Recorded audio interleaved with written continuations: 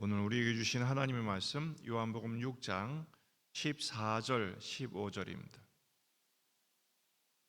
요한복음 6장 14절 15절 말씀 함께 읽겠습니다.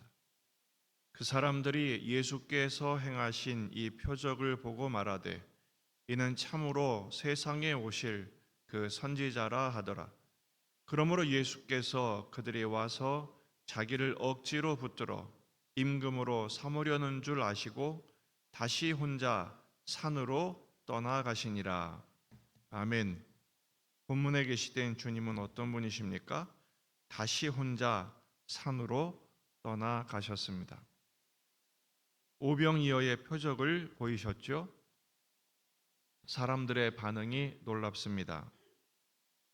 그 사람들이 예수께서 행하신 이 표적을 보고 말하되 이는 참으로 세상에 오실 그 선지자라 하더라. 오병이어를 체험하고 나서 예수님이 마침내 참으로 오실 선지자, 세상에 오실 그 선지자라는 것을 고백을 합니다. 그 선지자가 누굴까요? 바로 모세의 후계자라고 인식한 것입니다. 신명기 18장 15절 내 하나님 여호와께서 너희 가운데 내 형제 중에서 너를 위하여 나와 같은 선지자 하나를 일으키시리니 너희는 그의 말을 들을지니라. 모세가 예언했던 그 선지자가 바로 예수님이심을 그들은 알아차린 것입니다. 그러나 놀랍게도 그들이 모세의 후계자라는 것을 알았음에도 불구하고 그 예수님을 선지자로 모실 생각이 없습니다. 오히려 임금을 삼으려고 합니다. 15절 그러므로 예수께서 그들이 와서 자기를 억지로 붙들어 임금으로 삼으려는 줄 아셨다 그랬어요. 그들이 선지자로 안 것과 달리 예수님을 임금 삼으려고 했던 거죠. 불일치 반응입니다. 선지자라고 알았다면 하나님의 말씀을 들으려고 해야죠. 그런데 그들은 말씀을 듣는 선지자가 아니라 왕으로 삼으려고 그래요. 왜 그렇습니까? 지금 그들은 하나님의 말씀을 받는 일보다는 현재 정치적인 문제, 또 경제적인 문제를 해결하는 현실 왕을 기대했던 것입니다. 영의 양식보다 육신의 양식이 먼저라는 거죠. 그래서 예수님은 말씀으로 오셨지만 영접받지를 못하셨습니다. 요한복음 1장 9절 참 빛 곧 세상에 와서 각 사람에게 비추는 빛이 있었나니 그가 세상에 계셨으며 세상은 그로 말미암아 지은 바 되었으되 세상이 그를 알지 못하였고 자기 땅에 오매 자기 백성이 영접하지 아니하였다고 말씀하고 있습니다. 여기서 우리는 탐심이 우상 숭배인 것을 알게 됩니다. 하나님의 말씀을 듣고 섬기는 것보다 자기 목적, 자기 관심에만 몰두해 있는 인간들의 모습이죠. 지금 여기가 어디입니까? 바로 로마 황제의 기념도시 디베라 건너편에 있는 산이었습니다. 그는 로마 황제에 맞서는 메시아로 오시는 왕을 기대한 것입니다. 그래서 모세의 후계자를 옹립함으로써 식민지를 청산하고 새로운 시대를 열망하며 자신들의 현실 문제를 해결해 줄 그런 힘 있는 왕을 기대한 것입니다. 그러자 예수님께서 다른 마음을 가지십니다. 15절 하반절 억지로 붙들어 임금으로 삼으려는 줄 아시고 다시 혼자 산으로 떠나가시니라. 무리들과 함께 제자들과 함께 계셨지만 또 무리들을 염려하셔서 그들의 굶주림을 해결해 주신 예수님께서 다시 무리를 떠나세요. 왜냐하면 그 무리들의 본심을 확인하셨기 때문입니다. 마태복음 14장 22절 예수께서 즉시 제자들을 재촉하사 자기가 무리를 보내는 동안에 배 타고 앞서 건너편 벳세다로 가게 하시고 무리를 작별하신 후에 기도하러 산으로 가시니라. 제자들은 무리들과 분리시키시고 또 무리들은 흩어버리시고 작별하십니다. 그리고 예수님은 신속하게 산으로 피하시죠. 예수님은 계속해서 무리들이 불신앙의 반응을 보일 때마다 그 무리들을 피하셨습니다. 38년 된 병자를 치유하셨을 때도 예수님은 이미 피하셨고, 지금 오늘 오병이어의 기적을 보이신 후에도 무리를 떠나십니다. 왜 이렇게 신속하게 무리를 흩어버리시고 떠나셨을까? 첫째는 하나님의 뜻에 순종하시기 위함입니다. 무리들은 그 표적을 욕망의 기회로만 삼으려고 했어요.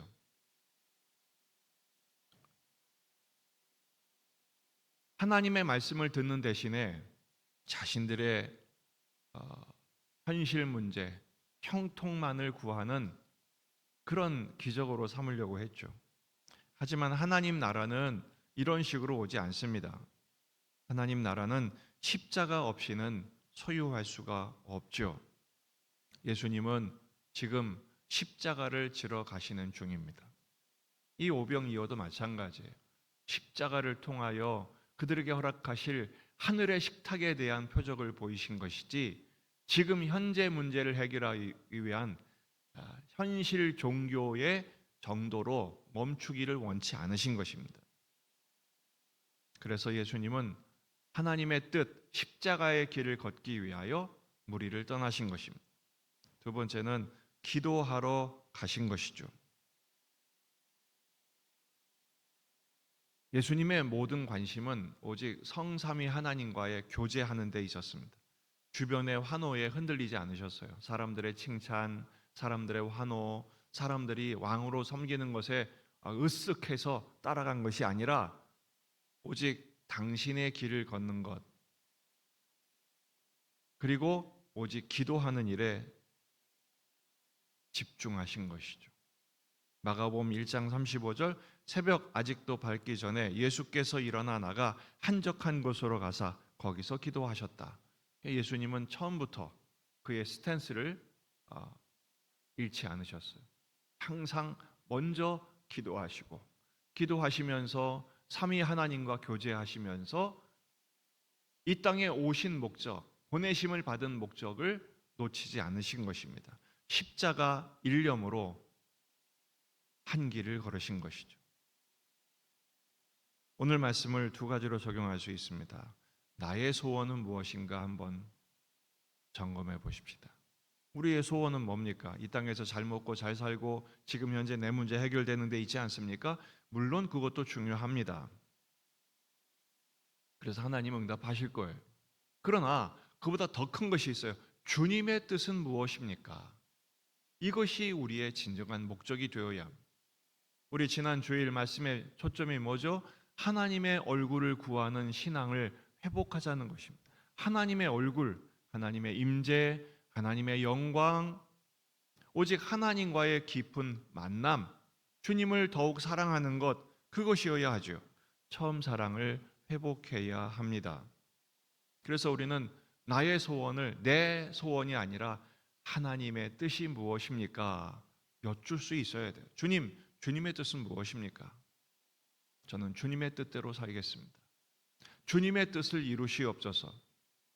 예수님 마지막 기도가 뭐죠? 아버지, 내 뜻대로 마시고 아버지의 뜻대로 되기를 원합니다. 이것이 오늘 우리의 기도가 되어야 될 줄로 믿습니다.